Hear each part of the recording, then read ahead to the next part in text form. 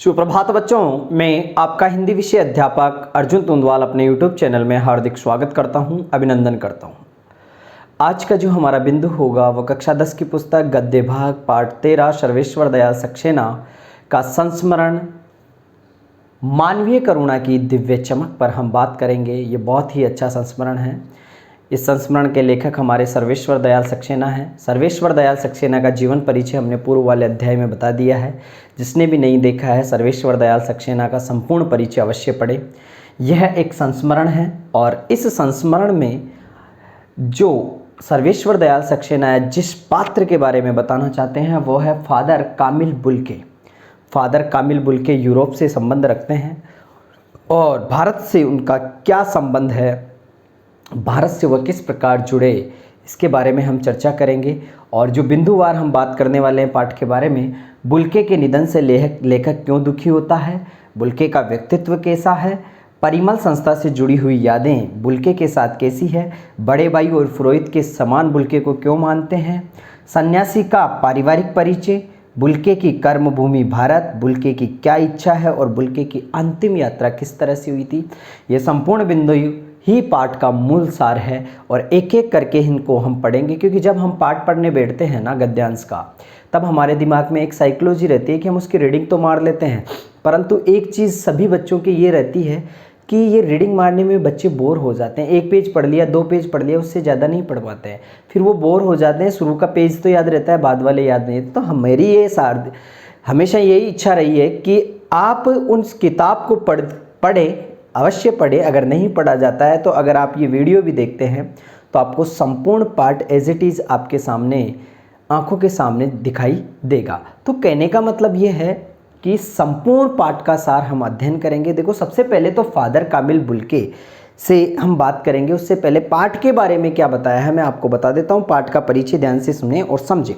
सर्वेश्वर दयाल सक्सेना रचित संस्मरण फादर कामिल बुल्के में के स्नेहिल व्यक्तित्व को प्रकट करता है। उन्होंने विदेशी होते हुए भी स्वयं को भारतीय संस्कृति का एक अभिन्न अंग माना। भारत को अपना देश कहना, हिंदी भाषा के उत्थान के लिए संघर्ष करना, राम कथा पर शोध करना जैसी महत्वपूर्ण बातों की जानकारी देश की भावी पीढ़ी को देने के उद्देश्य से ही उन्होंने इस पाठ की रचना की है। लेखक इस पाठ के द्वारा उन्हें श्रद्धांजलि भी देना चाहता है। बुल्के का भारत और भारतीय भाषा एवं संस्कृति से प्रेम ऐसे युवाओं के लिए उदाहरण भी है जो पश्चिमी सभ्यता और संस्कृति को सर्वोपरि मानते हुए यहाँ से पलायन करना चाहते हैं। ये तो है इस पाठ का मूल उद्देश्य। अब बात करते हैं कि फादर कामिल बुल्के के जो व्यक्तित्व के बारे में है। जैसे मैं आपको बता दूं, इनके परिवार में माता पिता, एक बहन और दो भाई थे। पिता व्यवसायी थे, एक भाई पादरी था, एक विवाहित भाई तथा एक बहन जो सख्त और जिद्दी थी। कोलकाता से बीए, इलाहाबाद से एमए तथा प्रयाग विश्वविद्यालय से शोध प्रबंध रामकथा उत्पत्ति का विकास, रामकथा उत्पत्ति का विकास, इस पर इन्होंने शोध किया। नीलपंछी नाम से मातर लिंक की प्रसिद्ध नाटक ब्लू बर्ड का हिंदी रूपांतरण किया। हिंदी के प्रति इनका प्रेम था। हिंदी को राष्ट्रभाषा के रूप में देखने की बड़ी चिंता थी इनको और भारतीय संस्कृति से बड़ा प्रेम था। गिरजों, पादरियों, धर्म गुरुओं और संतों की भूमि रेम्स चैपल में इनका जन्म हुआ है। रेम्स चैपल अर्थात यूरोप में इनका जन्म हुआ है। जन्मभूमि रेम्स चैपल यूरोप में होते हुए भी अपनी कर्मभूमि को इन्होंने भारत ही बनाया। इनका प्रभावशाली व्यक्तित्व, गोरा रंग, नीली आंखें, भूरी दाढ़ी, लंबा कद, सफेद चोगा, मानवीय गुणों के भंडार, प्रेम और करुणा का सजीव स्वरूप, देवदार की घनी छाया के समान, सन्यासी होकर भी संबंधों की अंतर्गता को बनाए हुए, प्रियजनों के प्रति स्नेह और ममता का अपनत्व इनकी रचना में देखने को मिलता है। देखो, ये था इनका व्यक्तित्व, साधारण सा परिचय। परंतु मैं आपको बता दूं, ये सारी चीज़ अब हम पाठ का अध्ययन करने वाले हैं। पाठ का सार पढ़ेंगे बिंदुवार, तो इस पर भी ध्यान दें। सारी चीज़ें आपको आ जाएगी, लिखने की आवश्यकता नहीं है, सिर्फ समझने की बात है। बुल्के के निधन से लेखक क्यों दुखी होता है? देखो, लेखक के अनुसार फादर को जहरबाद एक तरह का जहरीला और कष्ट साध्य फोड़ा होता है। ये जहरबाद क्या होता है? एक तरह का जहरीला और कष्ट साध्य फोड़ा होता है। उससे नहीं मरना चाहिए था उनके मन में ये प्रश्न उठा कि ये प्रश्न किस ईश्वर से पूछे कि जिसकी रगों में दूसरों के लिए हमेशा मधुरता के अतिरिक्त और कुछ नहीं था, उसके लिए इस जहर का विधान क्यों हुआ। प्रभु में विश्वास ही उनका अस्तित्व था, फिर भी वे शरीर की ऐसी यातना की परीक्षा उम्र की आखिरी घड़ी में क्यों दें। बुल्के का जो निधन होता है एक कीड़े के खाने से हो जाता है, जो फोड़ा बन जाता है। इस चीज़ पर दुख व्यक्त करता है। लेखक कहता है किस ईश्वर से पूछूं। देखो बुल्के का व्यक्तित्व के बारे में बात करें, उनके व्यक्तित्व का परिचय देते हुए सक्सेना जी कहते हैं कि एक लंबी और पादरी के सफ़ेद चोगे में ढकी आकृति, गोरा रंग, सफ़ेद झाई मारती भूरी दाढ़ी, नीली आंखें, बाहें खोले गले लगाने को उत्सुक, ममता और अपनेपन की भावना से भरपूर, जो हर एक प्रिय के लिए था। लेखक 35 साल से इसके प्रत्यक्ष गवाह थे, जब फादर इलाहाबाद में थे और जब वे दिल्ली में आते थे। आज भी लेखक उनकी बाहों का दबाव अपनी छाती पर महसूस करते हैं। देखो, कहने का मतलब है उनका व्यक्तित्व यहाँ पर झलक रहा है, उसके व्यक्तित्व की बात करी गई है। व्यक्तित्व का मतलब यह है कि उनका रंग रूप कैसा है। अब देखो, परिमल संस्था से जुड़ी यादें क्या है उसके बारे में बात करते हैं। लेखक को वे दिन याद आते हैं जब परिमल समूह के में सभी साहित्यकार एक पारिवारिक रिश्ते में बंधे थे, जिनके बड़े फादर बुल्के थे। जब सभी हंसी मजाक करते, वे आसक्ति रहित उपस्थित रहते, गोष्ठियों में गंभीर बहस करते, परिमल समूह के सभी सदस्यों द्वारा रचित रचनाओं पर बेझिझक राय और सुझाव भी देते थे। इनको बड़े भाई और पुरोहित के रूप में सभी क्यों मानते हैं। किसी भी सदस्य के घर कोई उत्सव संस्कार हो तो वे बड़े भाई पुरोहित की तरह सभी को आशीर्वाद देते। लेखक को याद आता जब फादर ने उनके बच्चे के मुंह में पहली बार अनाज डाला, तब उनकी नीली आंखें की चमक वात्सल्य तैरता नजर आया। उस समय ऐसा लगता था जैसे किसी ऊंचाई पर देवदार की छाया में खड़े हों। अक्सर उन्हें इलाहाबाद की सड़कों पर साइकिल चलाते देखा। लेखक के पास आकर रुकते, साइकिल से मुस्कुराते हुए उतरते और कहते कि उनकी रचना पढ़ ली है। अपने विचार प्रकट करते, उनको कभी क्रोध में नहीं देखा, जब भी देखा जोश, ममता और प्यार से लबालब होते हुए देखा। अब अगली बात आती है, सन्यासी का पारिवारिक जीवन कैसा रहा। आश्चर्य होता है कि बेल्जियम में इंजीनियरिंग के अंतिम वर्ष में पहुंचकर उनके मन में सन्यासी बनने की इच्छा जागृत हुई, जबकि उनके घर में 2 भाई, 1 बहन, माँ, पिता सभी थे। जब उनसे पूछा गया कि तुम्हें अपने देश की याद आती है, तो उन्होंने उत्तर दिया कि उनका देश तो अब भारत है।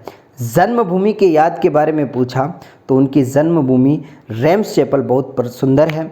उन्हें उनकी याद आती है। घर में माँ की बहुत याद आती है। फादर को अक्सर माँ की याद में खोए हुए देखा है। उनकी माँ की चिट्ठियाँ उनके पास आती, जिसे वे अपने अभिन्न मित्र डॉक्टर रघुवंश को दिखाते थे। पिता और भाइयों के लिए उनके मन में लगाव नहीं था। पिता व्यापारी थे, एक वह भाई वहीं पादरी था, एक भाई काम करता था, उसका परिवार था, और बहन की बात मैंने आपको बता दूं कि बहुत सख्त और ज़िद्दी थी। उनके बहुत देर से शादी की। फादर को उसकी शादी की चिंता थी, जिसे वे एकाध बार अपने विचारों से प्रकट कर चुके थे। भारत में बस जाने के बाद 2 या 3 बार अपने परिवार से मिलने वे भारत से बेल्जियम जरूर गए थे। फादर बुल्के की कर्मभूमि भारत, इस पर बात करते हैं। प्रभु की इच्छा से सब कुछ छोड़कर सन्यासी बन भारत आ गए। उनकी माँ ने बचपन में ही घोषित कर दिया था कि लड़का हाथ से निकल गया।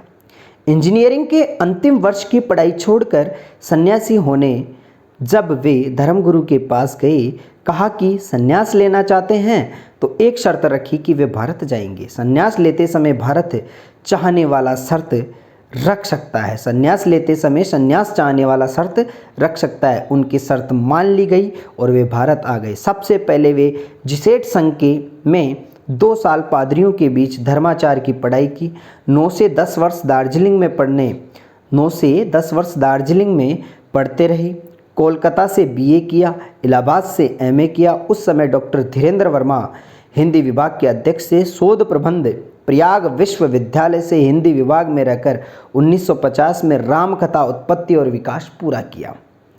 इनके कई अध्याय परिमल में पढ़े गए हैं। परिमल सर्वेश्वर ये एक रचना का नाम भी है। फादर ने मातरलिंक के प्रसिद्ध नाटक ब्लू बर्ड का रूपांतरण नील पंछी के रूप में किया। बाद में ये सेंट जेवियर कॉलेज रांची के हिंदी तथा संस्कृत विभाग के विभागाध्यक्ष भी रहे। यहीं उन्होंने प्रसिद्ध अंग्रेजी हिंदी कोश तैयार किया, बाइबिल का अनुवाद भी किया। बीमार हुए, पहले पटना फिर दिल्ली आए, चले गए। 47 वर्ष देश में रहकर 73 वर्ष की ज़िंदगी जीकर इन्होंने हमें छोड़ दिया। फादर बुल्के की इच्छा क्या थी, उस पर बात करते हैं। फादर बुल्के संकल्प से सन्यासी थे। कभी कभी लगता वे मन में सन्यासी नहीं थे। जिसने रिश्ता बनाते फिर तोड़ते नहीं थे, जिससे भी वे रिश्ता बनाते थे उससे तोड़ते नहीं थे। जब भी दिल्ली आते, गर्मी सर्दी बरसात झेल कर वे लेखक से मिलने जरूर आते। हिंदी को राष्ट्रभाषा के रूप में देखने की बहुत चिंता थी।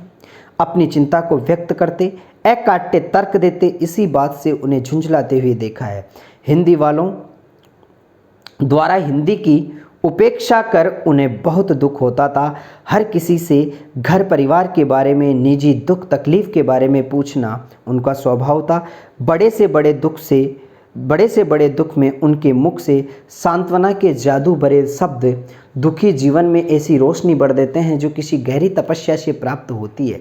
लेखक की पत्नी पुत्र की मृत्यु पर फादर द्वारा कहे गए शब्द हर मौत दिखाती है जिंदगी की नई राह, शांति देने वाले शब्द हैं। अब देखो उनकी अंतिम यात्रा के किस बारे में संस्मरण में क्या लिखा है। फादर बीमार थे, दिल्ली में थे, लेखक को पता नहीं था। अंतिम बार लेखक ने उन्हें देखा तो बाहें खोलकर गले नहीं लगा सकते थे। उनकी बाहें दोनों हाथ की सूजी उंगलियों को उलझाए ताबूत में जिस्म पर पड़ी थी। उनके चेहरे से बरसने वाली शांति स्थिर हो गई थी, तरलता जम गई थी। 18 अगस्त 1982 की सुबह 10 बजे दिल्ली में कश्मीरी गेट से निकलकर कब्रगाह में उनका ताबूत एक छोटी सी नीली गाड़ी से उतारा गया। कुछ पादरी, रघुवंश जी का बेटा, उनके रिश्तेदार राजेश्वर सिंह जी उसे उतार रहे थे। फिर उसे उठाकर एक लंबी सकरी उदास पेड़ों की घनी छाह वाली सड़क में कब्रगाह के आखिरी किनारे तक ले जाया गया, जहां धरती की गोद में सुलाने के लिए कब्र हैरान हो मुंह खोले लेटी थी। ऊपर करीन की घनी छाह कब्र के चारों ओर जैनेन्द्र कुमार, विजेंद्र स्नातक, अजीत कुमार, डॉक्टर निर्मला जैन, मसीही समुदाय के लोग, पादरी गुण, साधुओं द्वारा धारण किए गए गेरुए वस्त्र पहने इलाहाबाद के प्रसिद्ध विज्ञान शिक्षक डॉक्टर सत्यप्रकाश, डॉक्टर रघुवंश आए हुए थे। फादर के पार्थिव शरीर को पहले कब्र के ऊपर लिटाया गया। रांची के फादर पास्कल तोयना के द्वारा मसीही विधि से अंतिम संस्कार शुरू हुआ। उन्होंने हिंदी में मसीही विधि से प्रार्थना की। फिर सेंट जोवियर के सेक्टर फादर पास्कल ने उनके जीवन और कर्म पर श्रद्धांजलि अर्पित करते हुए कहा, फादर बुल्के धरती में जा रहे हैं, इस धरती में ऐसे रत्न और पैदा हों। डॉक्टर सत्यप्रकाश ने अपनी श्रद्धांजलि से अपने अनुकरणीय जीवन को नमन किया। फिर देह कब्र में उतार दी गई। इस प्रकार फादर कामिल बुल्के हमारे बीच से चले गए। ये सबसे अधिक छायादार, फल फूल गंध से भरे और सबसे अलग, सबसे होकर, सबसे ऊंचाई पर मानवीय दिव्य की चमक में लहराते खड़े हैं। उनकी स्मृति उन सब के मन में जो उनके निकट थे किसी यज्ञ की पवित्र आग की आँच की तरह आजीवन बनी रहेगी। लेखक भी उस पवित्र ज्योति की याद में श्रद्धान्वित होते हैं। ये था फादर कामिल बुल्के के बारे में, चरित्र के बारे में जो सर्वेश्वर दयाल सक्सेना ने इस संस्मरण में लिखा है। आपको समझ में आया होगा, नहीं आया है एक बार फिर से वीडियो को देखें ताकि स्थायी रूप से ये पाठ आपके समझ में आए।